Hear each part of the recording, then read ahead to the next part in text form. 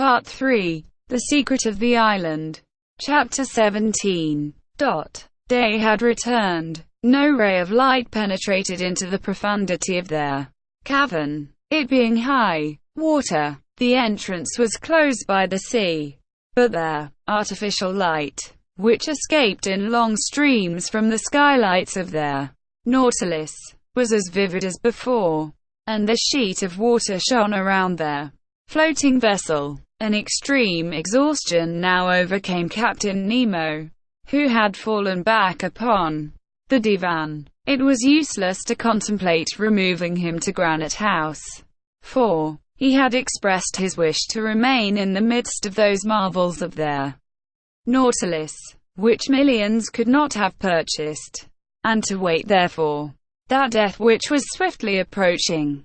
During a long interval of prostration, which rendered him almost unconscious, Cyrus Harding and Gideon Spilett attentively observed their condition of the dying man. It was apparent that his strength was gradually diminishing. That frame, once so robust, was now but the fragile tenement of a departing soul. All of life was concentrated in the heart and head. The engineer and reporter consulted in whispers. Was it possible to render any aid to the dying man? Might his life, if not saved, be prolonged for some days? He himself had said that no remedy could avail, and he awaited with tranquility that death which had for him no terrors. "We can do nothing," said Gideon Spilett. "But of what is he dying?"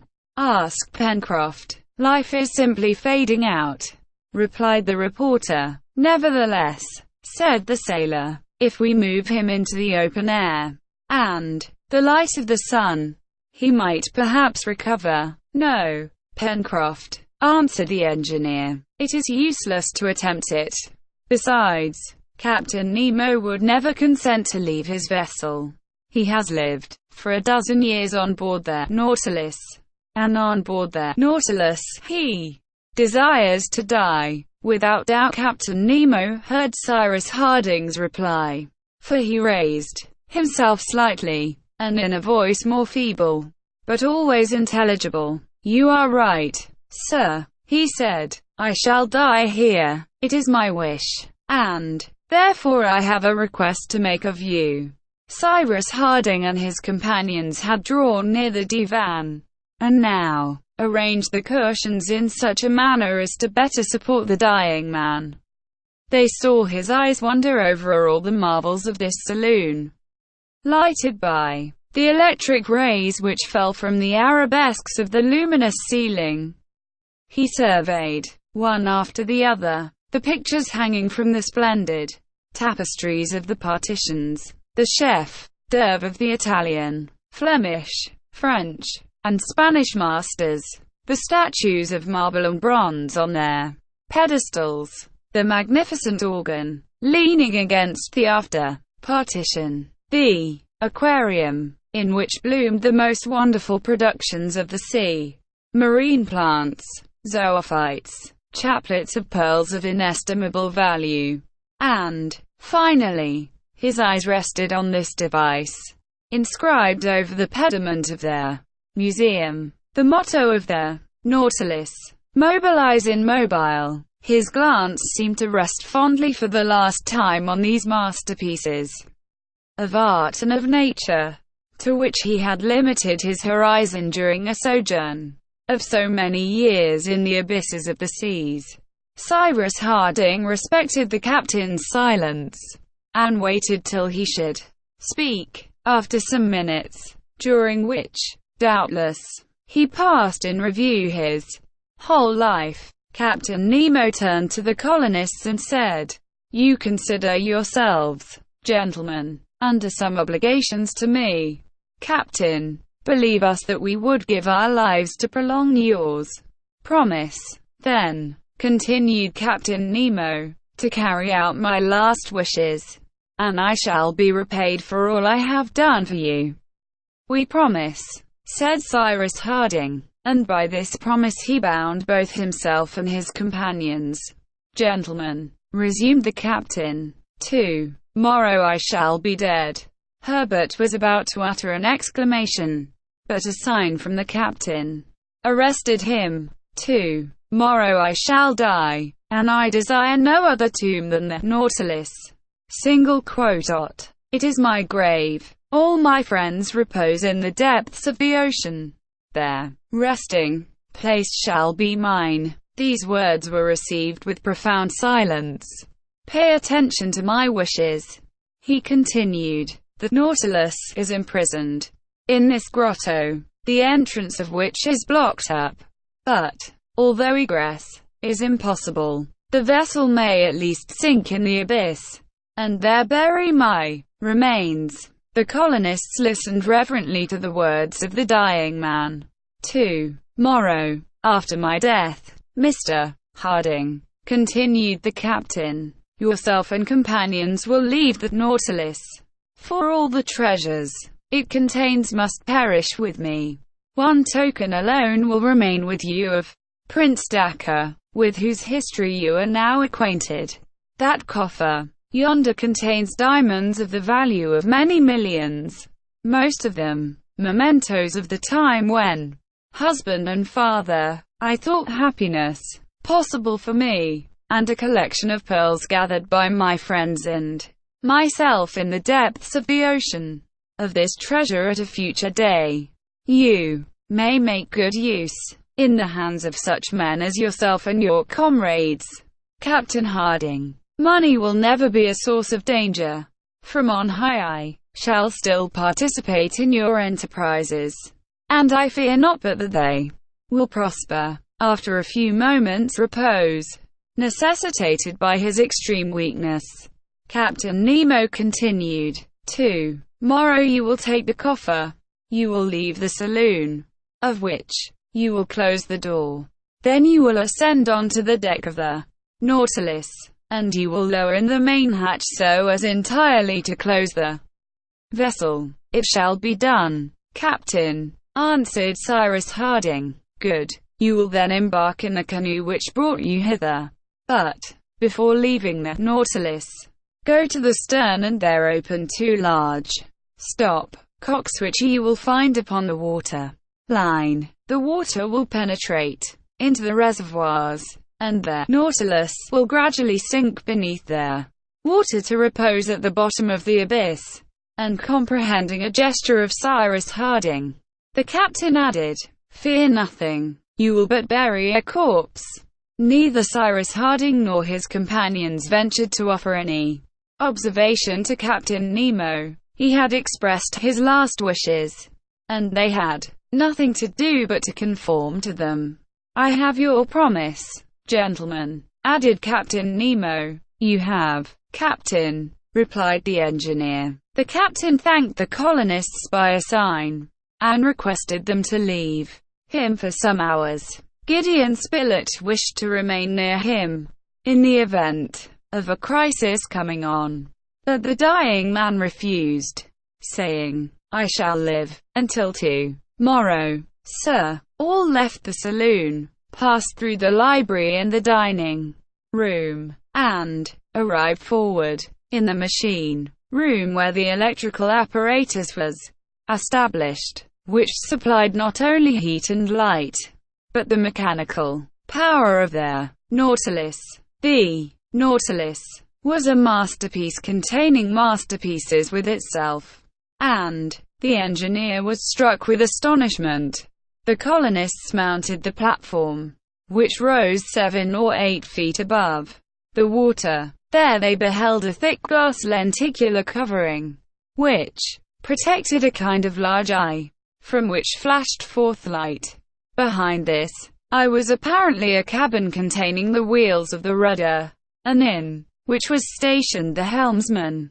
When he navigated the Nautilus over the bed of the ocean, which the electric rays would evidently light up to a considerable distance, Cyrus Harding and his companions remained for a time silent, for they were vividly impressed by what they had just seen and heard, and their hearts were deeply touched by the thought that he whose arm had so often aided them The protector, whom they had known but a few hours, was at their point of death. Whatever might be the judgment pronounced by posterity upon the events of this, so to speak, extra-human existence, the character of Prince Dacre would ever remain as one of those whose memory time can never efface.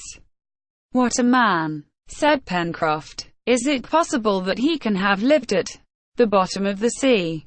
And it seems to me that perhaps he has not found peace there any more than elsewhere. That Nautilus, observed Ayrton, might have enabled us to leave Lincoln Island and reach some inhabited country." "Good heavens!"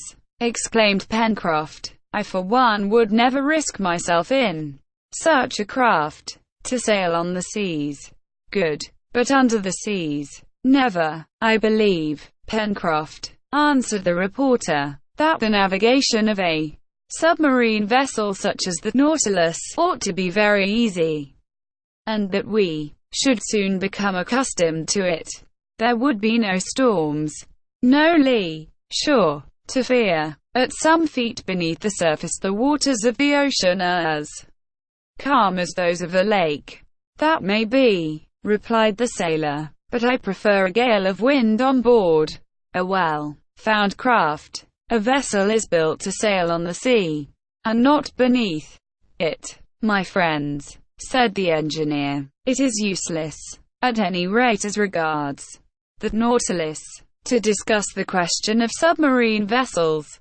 The Nautilus is not ours, and we have not the right to dispose of it. Moreover, we could in no case avail ourselves of it, independently of their fact that it would be impossible to get it out of this cavern, whose entrance is now closed by the uprising of the basaltic rocks. Captain Nemo's wishes that it shall be buried with him. His wishes are law, and we will fulfill it." After a somewhat prolonged conversation, Cyrus Harding and his companions again descended to the interior of their Nautilus. There they took some refreshment and returned to the saloon. Captain Nemo had somewhat rallied from the prostration which had overcome him, and his eyes shone with their wonted fire. A faint smile even curled his lips. The colonists drew around him. "Gentlemen," said the captain, "you are brave and honest men. You have devoted yourselves to the commonweal. Often have I observed your conduct. I have esteemed you. I esteem you still. Your hand, Mr. Harding." Cyrus Harding gave his hand to the captain, who clasped it affectionately. "It is well," he murmured. He resumed, "But enough of myself. I have to speak concerning yourselves, and this Lincoln Island, upon which ye have taken refuge. You now desire to leave it, to return." "Captain," answered Pencroft quickly. "To return, Pencroft," said the captain, with a smile. "I know. It is true. Your love for this island. You have helped to make it what it now is, and it seems to you a paradise." "Our project, Captain," interposed Cyrus Harding, "is to annex it to the United States, and to establish for our shipping a port so fortunately situated in this part of the Pacific. Your thoughts are with your country, gentlemen," continued the captain. "Your toils are for her prosperity and glory. You are right. One's native land, there should one live, there die, and I die far from all I loved." "You have some last wish to transmit," said the engineer with emotion. "Some souvenir to send to those friends you have left in the mountains of India?" "No, Captain Harding. No friends remain to me. I am the last of my race, and to all whom I have known I have long been as are the dead. But to return to yourselves, solitude, isolation, are painful things, and beyond human endurance. I die of having thought it possible to live alone. You should, therefore, dare all in the attempt to leave Lincoln Island, and see once more the land of your birth. I am aware that those wretches have destroyed the vessel you have built. We propose to construct a vessel, said Gideon Spilett, sufficiently large to convey us to the nearest land. But if we should succeed, sooner or later we shall return to Lincoln Island. We are attached to it by too many recollections ever to forget it. It is here that we have known Captain Nemo, said Cyrus Harding. It is here only that we can make our home, added Herbert. And here shall I sleep the sleep of eternity. If, replied the captain. He paused for a moment, and, instead of completing the sentence, said, simply, Mr. Harding, I wish to speak with you alone. The engineer's companions, respecting the wish, retired. Cyrus Harding remained but a few minutes alone with Captain Nemo, and soon recalled his companions. But he said nothing to them of the private matters which the dying man had confided to him. Gideon Spilett now watched the captain with extreme care. It was evident that he was no longer sustained by his moral energy, which had lost their power of reaction against his physical weakness. The day closed without change. The colonists did not quit their Nautilus for a moment. Night arrived, although it was impossible to distinguish it from day in the cavern. Captain Nemo suffered no pain, but he was visibly sinking. His noble features, paled by the approach of death, were perfectly calm. Inaudible words escaped at intervals from his lips, bearing upon various incidents of his checkered career. Life was evidently ebbing slowly and his extremities were already cold. Once or twice more he spoke to the colonists who stood around him, and smiled on them with that last smile which continues after death. At length, shortly after midnight, Captain Nemo, by a supreme effort, succeeded in folding his arms across his breast, as if wishing in that attitude to compose himself for death. By 1 o'clock his glance alone showed signs of life. A dying light gleamed in those eyes once so brilliant. Then, murmuring the words, God and my country, he quietly expired. Cyrus Harding, bending low, closed the eyes of him who had once been there, Prince Dacre, and was now not even Captain Nemo. Herbert and Pencroft sobbed aloud. Tears fell from Ayrton's eyes. Neb was on his knees by the reporter's side, motionless as a statue. Then Cyrus Harding, extending his hand over the forehead of the dead, said solemnly, "May his soul be with God." Turning to his friends, he added, "Let us pray for him whom we have lost." Some hours later the colonists fulfilled the promise made to the captain by carrying out his dying wishes. Cyrus Harding and his companions quitted their Nautilus, taking with them the only memento left him by their benefactor, the coffer which contained wealth amounting to millions. The marvelous saloon, still flooded with light, had been carefully closed. The iron door leading on deck was then securely fastened in such a manner as to prevent even a drop of water from penetrating to the interior of the Nautilus. The colonists then descended into the canoe, which was moored to the side of the submarine vessel. The canoe was now brought around to the stern. There, at the water line, were two large stop-cocks communicating with the reservoirs employed in the submersion of the vessel. The stop-cocks were opened, the reservoirs filled, and the Nautilus, slowly sinking, disappeared beneath the surface of the lake. But the colonists were yet able to follow its descent through the waves. The powerful light it gave forth lighted up the translucent water, while the cavern became gradually obscure.